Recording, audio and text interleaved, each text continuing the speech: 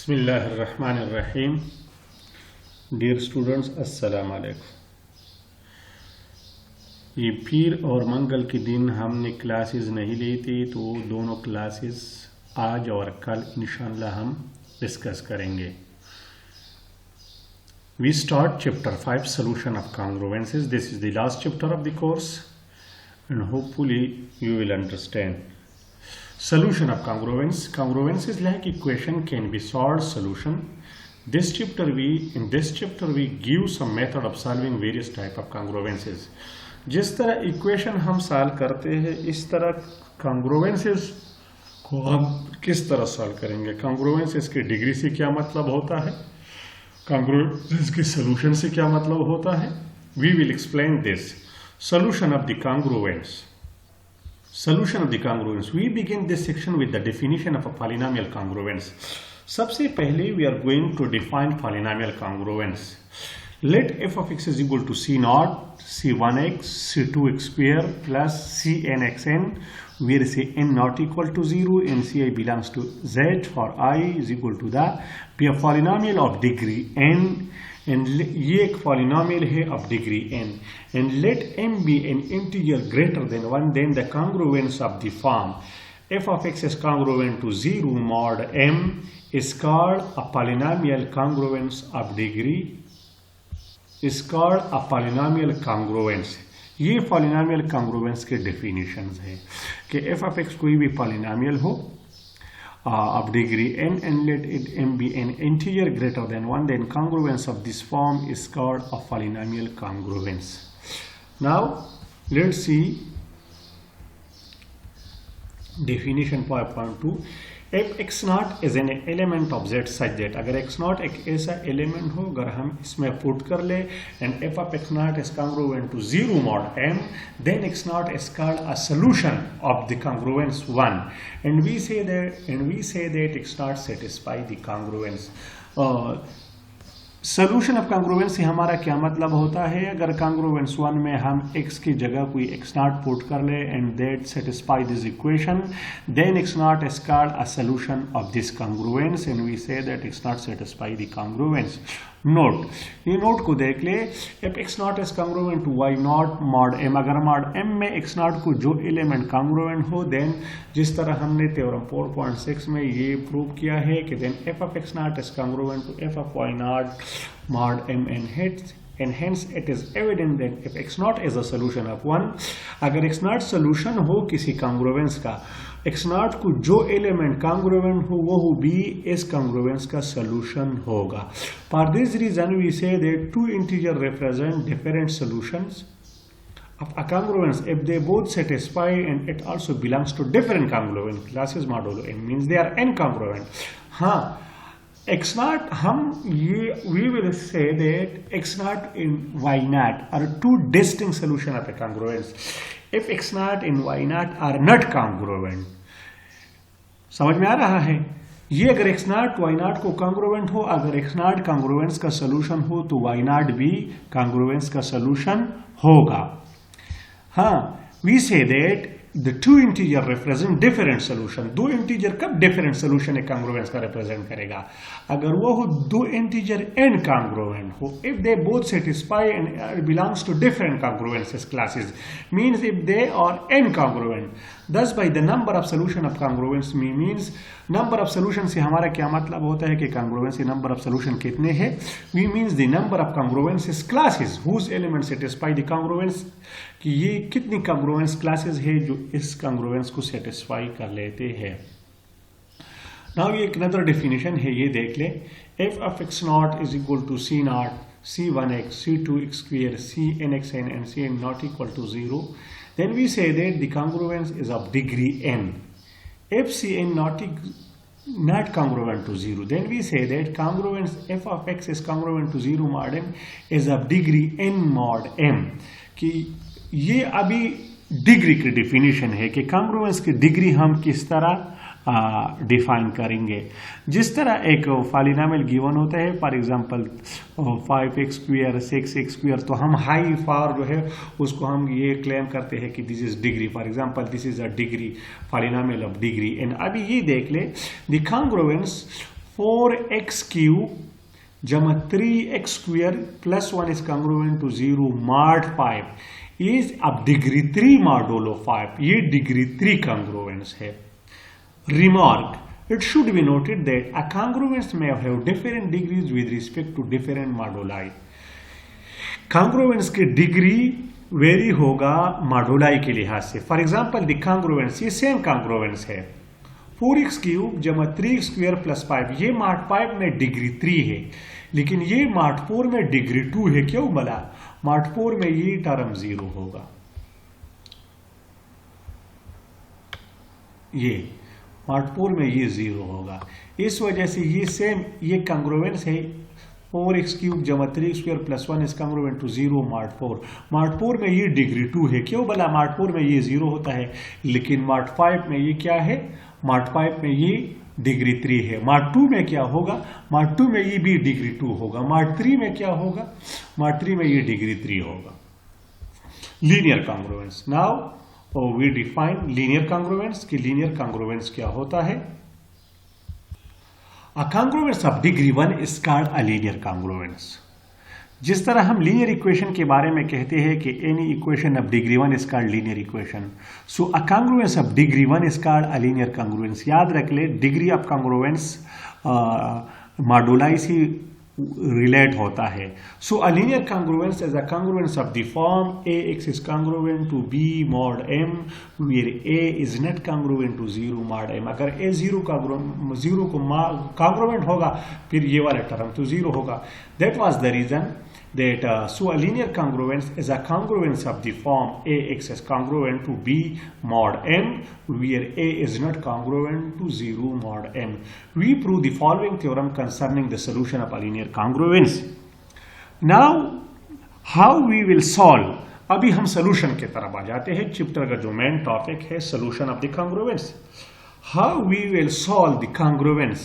हम linear congruence से हम स्टार्ट लेते हैं, बाद में हम क्वाड्रेटिक कॉन्ग्रुएंस हायर डिग्री वाला कॉन्ग्रुएंस सॉल्व करेंगे. लेकिन सबसे पहला टारगेट हमारा है कि हम लीनियर कॉन्ग्रुएंस को किस तरह सॉल्व करेंगे. For example ax is congruent to b mod m. तो अभी देख लें, हम थ्योरम की तरफ आना चाहते हैं. ये एक थ्योरम है, a linear congruence ax is congruent to b mod m where a is not congruent to 0 mod m. a is not congruent to 0 mod m. If a is congruent to 0 mod m, फिर ये term वाला ये term 0 होगा. That was the reason that a is not congruent to 0 mod m. And a और m का greatest common divisor 1 हो, has exactly one solution. अगर इस तरह कॉन्ग्रुएंस हो तो इसका एग्जैक्टली वन सोल्यूशन होगा. इसका क्या मतलब है? For example I want to explain an example here. आप देख लें, आप ही एग्जांपल देख ले. फॉर एग्जांपल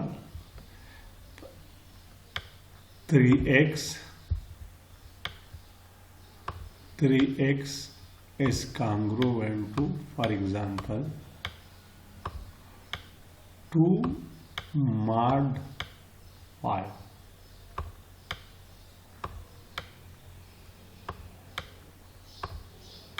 ये लीनियर कॉन्ग्रुएंस है. मींस मैं 3 के साथ कौन सा एलिमेंट मल्टीप्लाई करो कि वो उससे 2 सब्सट्रैक्ट कर लो एंड 5 डिवाइड. या इसका मतलब है कि 5 divides 3x minus 2.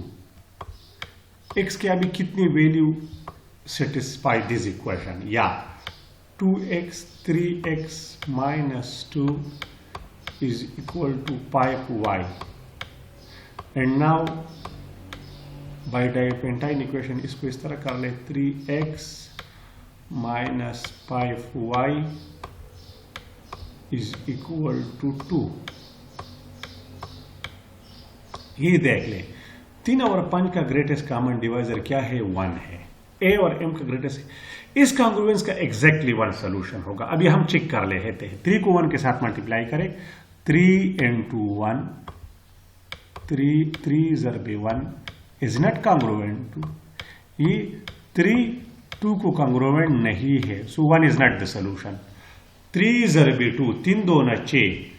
6 is not congruent to, 6 is not congruent to 2. 2 is not the solution. तीन तीनी 9. 9 is not congruent to 9 is not congruent to. So 3 is not the solution. 3 is not true. Mod 5 में याद रख ले. तीन तीनी 9.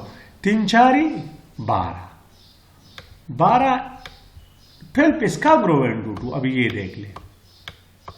Because mod 5 में 12 2 को congruent है. So this अभी हमने क्या 0 भी सोल्यूशन नहीं है. 0 1 2 3 4 हमने mod 5 में सिर्फ 0 1 2 3 4 के लिए चेक करना है और जो होगा वो congruent होगा.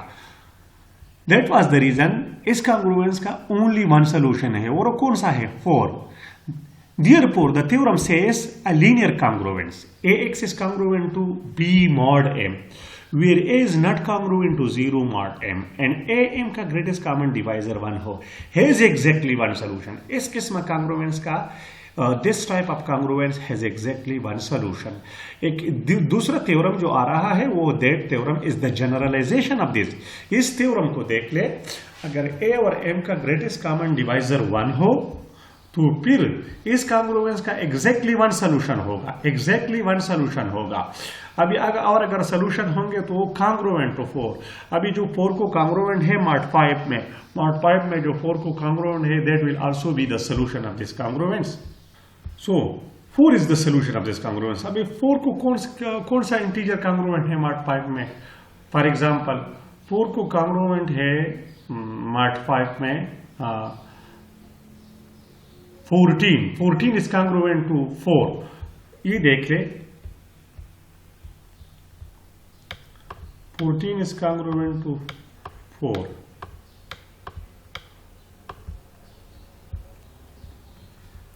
अभी 14 3 42 मन की 2 40 and 5 divide 40. Exactly one solution means इसका n congruent solution इसका linear congruence है. इसका only one solution है और वो 4 है mod 5 में. अभी अगर हम ये 14 और mod 5 से ऊपर जो integer आप ले रहे हैं तो उनमें वही solution होगा जो 4 को congruent होगा. But that will be considered the same solution. So this linear congruence has exactly one solution. Now we are going to prove this theorem. Let's see here.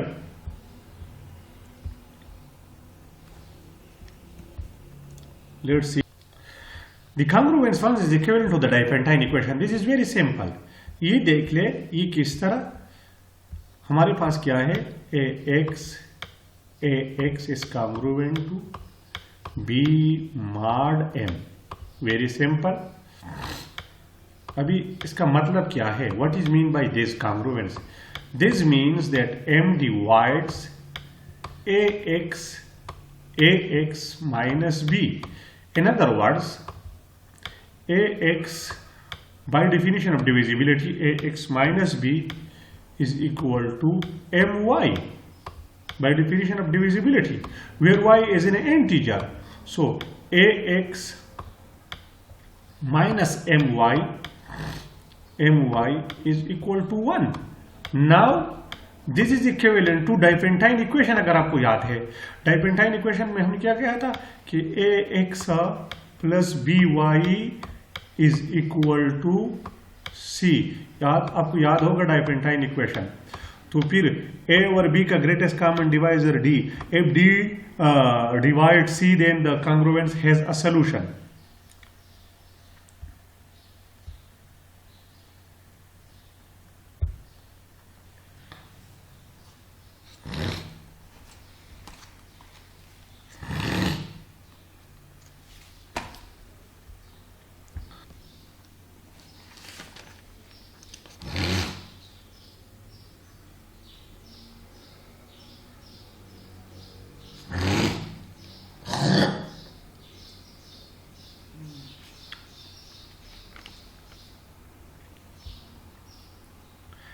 x naught m over t.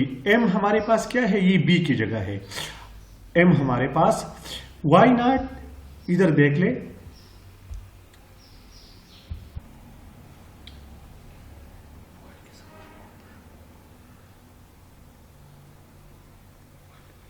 x के साथ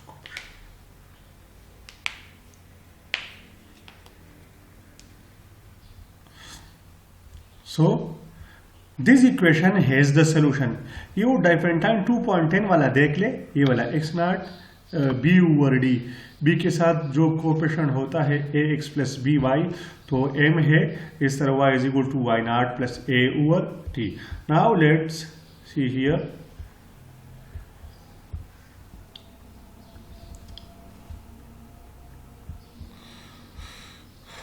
where t is an arbitrary integer and x naught y naught is the solution of the equation 2.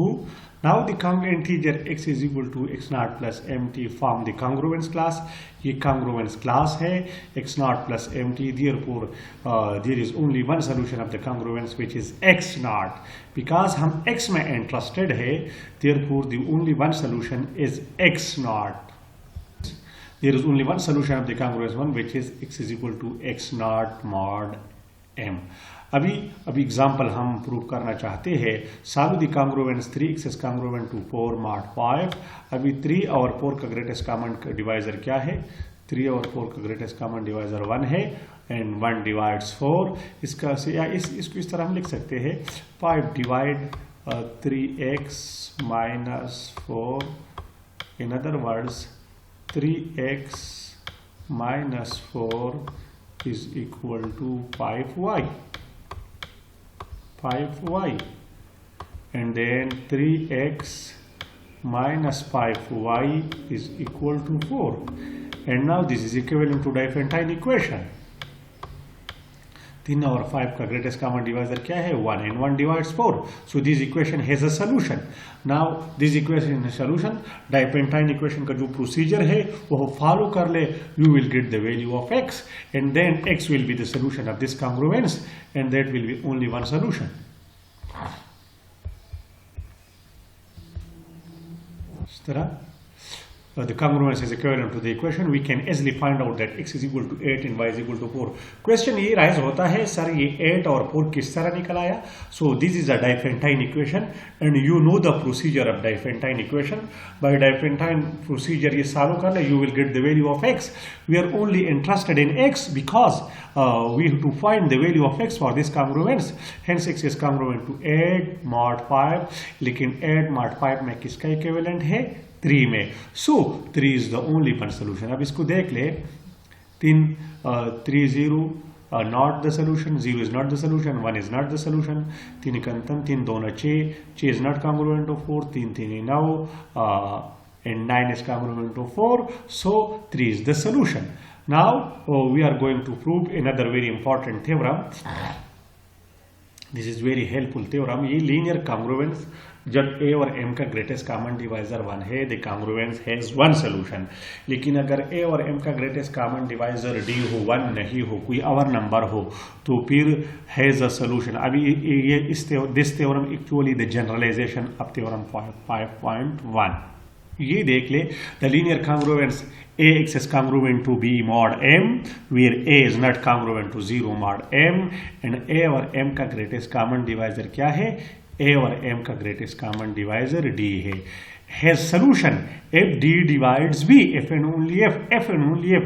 अभी देख ले, ये just like पहले वाला है. इसका क्या मतलब है? m divide ax minus b, ax minus b is equal to my. Again we are going to Diophantine. Then so this theorem says that the linear congruence ax is congruent to b mod m. पहले theorem 5.1 और theorem 5.2 में क्या difference है? इधर a और m का greatest common divisor d है और पहले वाले theorem में a और m का ग्रेटेस्ट कॉमन डिवाइजर क्या था? 1 था.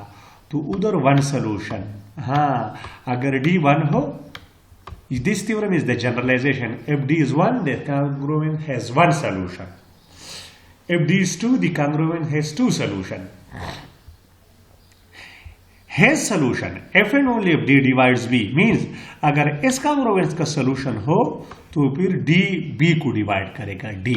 What is d? d is the greatest common divisor of a and m. And if d divides b, then the congruence has a solution. This theorem states that a और m का greatest common divisor d है. If d divides b, then the congruence has a solution. And if the congruence has a solution, then d divides b. Now we are coming to the proof. The proof is simple. And if the solution of one exist, और बात यह है अगर one का solution exist करता है तो कितने होंगे, कितने नंबर्स ऑफ सोल्यूशन होंगे। जिस तरह हम कहते हैं कि इस इक्वेशन के कितने सोल्यूशन है, फिर ए और एम का ग्रेटेस्ट कॉमन डिवाइजर डी हो तो उस कांग्रुएंस का डी सोल्यूशन होंगे। अगर डी 1 हो तो 1 सोल्यूशन होगा, अगर डी 2 हो तो 2 सोल्यूशन होगा।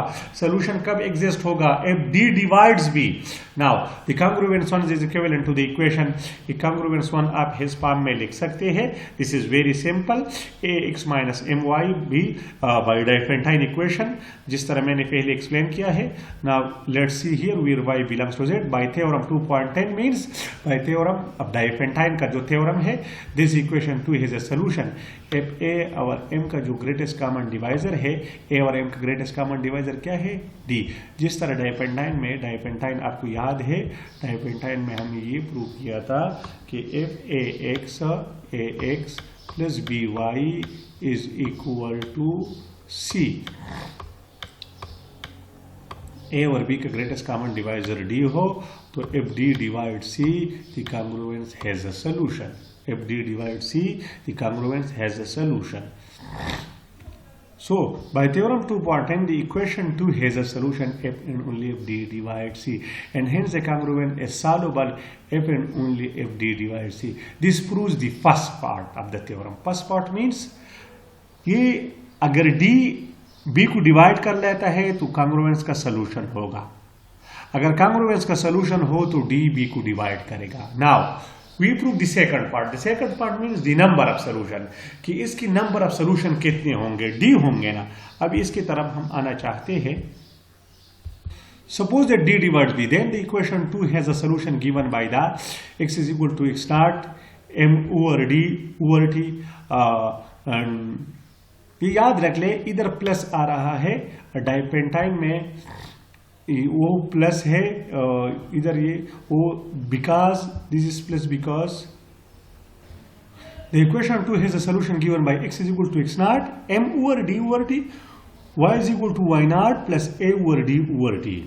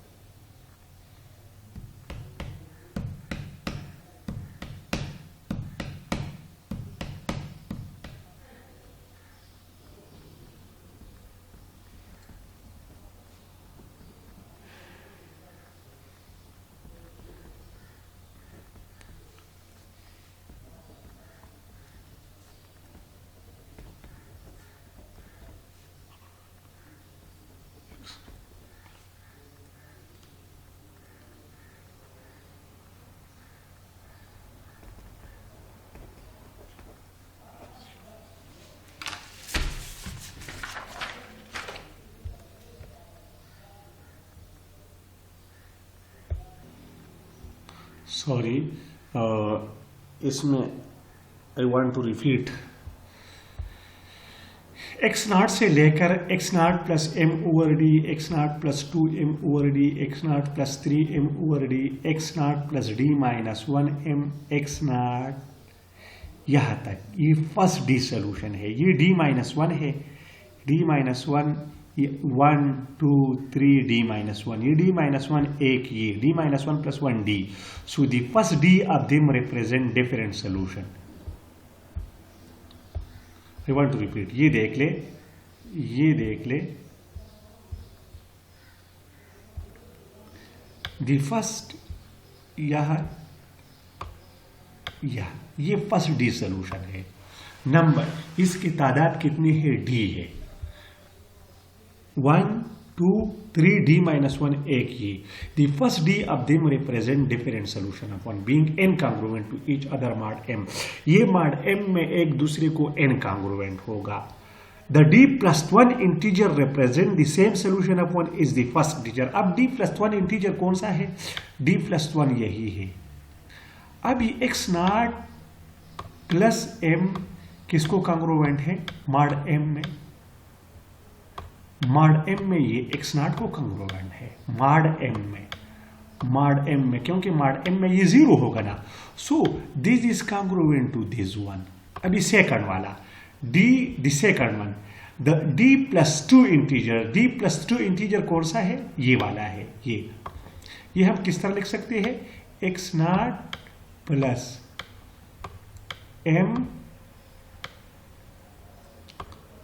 m over d plus m over d। अभी mod m में ये वाला m 0 होगा।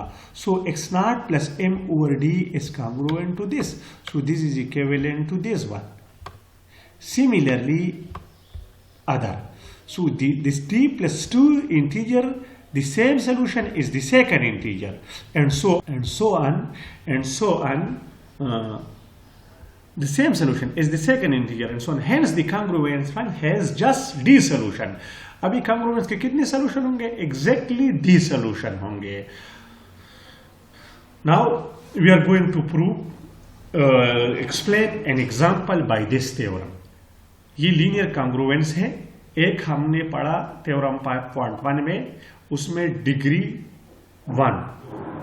तो अगर a और m का ग्रेटेस्ट कॉमन डिवाइजर 1 हो, the congruence has exactly one solution. If a और m का ग्रेटेस्ट कॉमन डिवाइजर d हो and d divides b, the congruence has d solution. Now let's coming to the example. ये है कि देखिए solution कौन कौन से है। फिर x naught है, x naught plus m over d, x naught plus d minus 1 over d m, क्योंकि वो d और इसके बाद जो आ रहे हैं वो they are congruent to the first one, the other is congruent to this, and so these are a distinct solution where x naught is a solution of the equation 2। note theorem 5.1 can be deduced from the above theorem by assuming d is equal to 1। this is simple। ये example देख ले। Solve the congruence. ये congruence है 18x is congruent to 60 mod 66। Means mod 66 में 0 से लेकर 65 तक वो कौन सी इंटीजर है? अगर हम 18 के साथ मल्टीप्लाई करें and that will be congruent to 60 mod 66। Now such type of congruence, this is a linear congruence. We will solve this congruence by the first theorem. इस सोल्यूशन ऑफ द कॉन्ग्रुएंस, इस equation की solution क्या मतलब है कि x की जगह में कौन सी वैल्यू पुट कर लो। अगर if we multiply 18 by that value and that number will be congruent to 60 and mod 66। now by this theorem 18 और 66 का greatest common divisor 6 है and 6 divides 60, so the congruence has exactly 6 solution। इसका d क्या आ रहा है? 6। ये हमारे पास a है, ये हमारे पास m है। ये this is m, this is a, this is b। so a और m का ग्रेटेस्ट कॉमन डिवाइजर क्या है? 6 and 6 divide 60, so the congruence has a solution. और इसके कितने सोल्यूशन होंगे? 6 सोल्यूशन होंगे। We first find out a solution of the equation. अभी हमने ये फाइंड करना है कि पहले वाला फाइंड करो, फिर बाद में अगर हम इजीली फाइंड कर सकते हैं किसी तरह बाय एस। पहला सोल्यूशन होगा x नॉट, तो दूसरा फिर क्या होगा? x not plus m over d। तीसरा क्या होगा? x not plus 2m over d। चौथा क्या होगा? x not plus 3m over d। Now let's come into the example. We first find out solution of the equation। 18x में 60, ये किस तरह? ये इक्वेशन, बिकॉज दिस इक्वेशन हम इस तरह लिख सकते हैं 66 divide 18x minus 60y minus 60। इसका मतलब है by divisibility 18x minus 60 is equal to 66y, 66y, and then 18x minus 66y is equal to 60.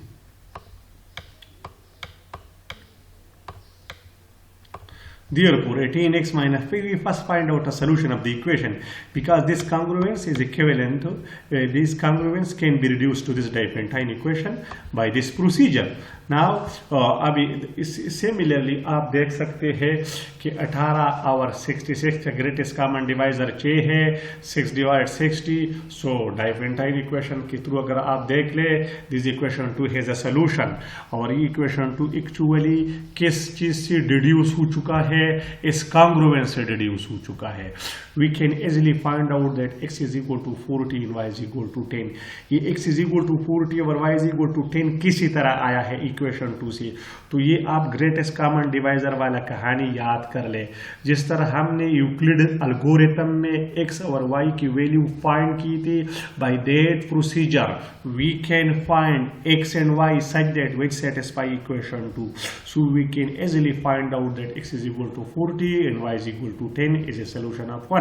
अभी इसके साथ हमारा कोई कंसर्न नहीं है, because the congruence contain x, so we are only concentrate on x. This is x naught. x naught ये first solution होगा. दूसरा x naught प्लस, दूसरा क्या होगा, x naught प्लस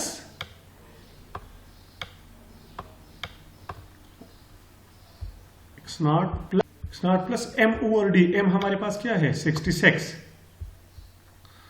m हमारे पास क्या है 66, 66 डिवाइडेड बाई d. d हमारे पास क्या है 6, 11 चक 66.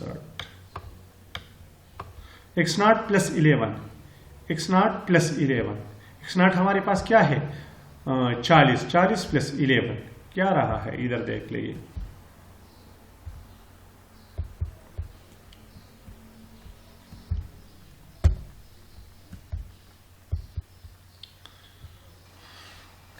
क्या रहा है 40, 40 plus 11, 40 plus 22, 40 plus 30, 40 plus 44, x is equal to 7. क्यों बना 40 r x is equal to 60, 40 किसको कॉन्ग्रुएंट है, और x is equal to 7, 18, 29, 40 is, ये सोल्यूशन होंगे.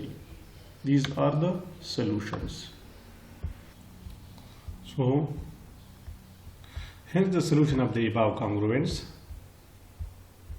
are given by the equation x is equal to 40, 40 plus 11, 40 plus 22, ये वाला mod 66.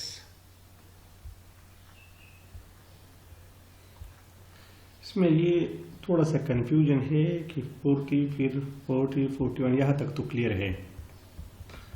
I become confuse here that from this solution how these are coming. आप इस पर एक थ्योरम देख ले, 4.4 देख ले. ये अगर आपसे क्लियर नहीं हुआ तो मैं इसको फिर इंशाअल्लाह नेक्स्ट लेक्चर में क्लियर करूँगा कि ये 7 किस तरह आ रहा है, 18 किस तरह आ रहा है, 29. In the second question solve the congruence 9x is congruent to 7 mod 6. ये देख ले.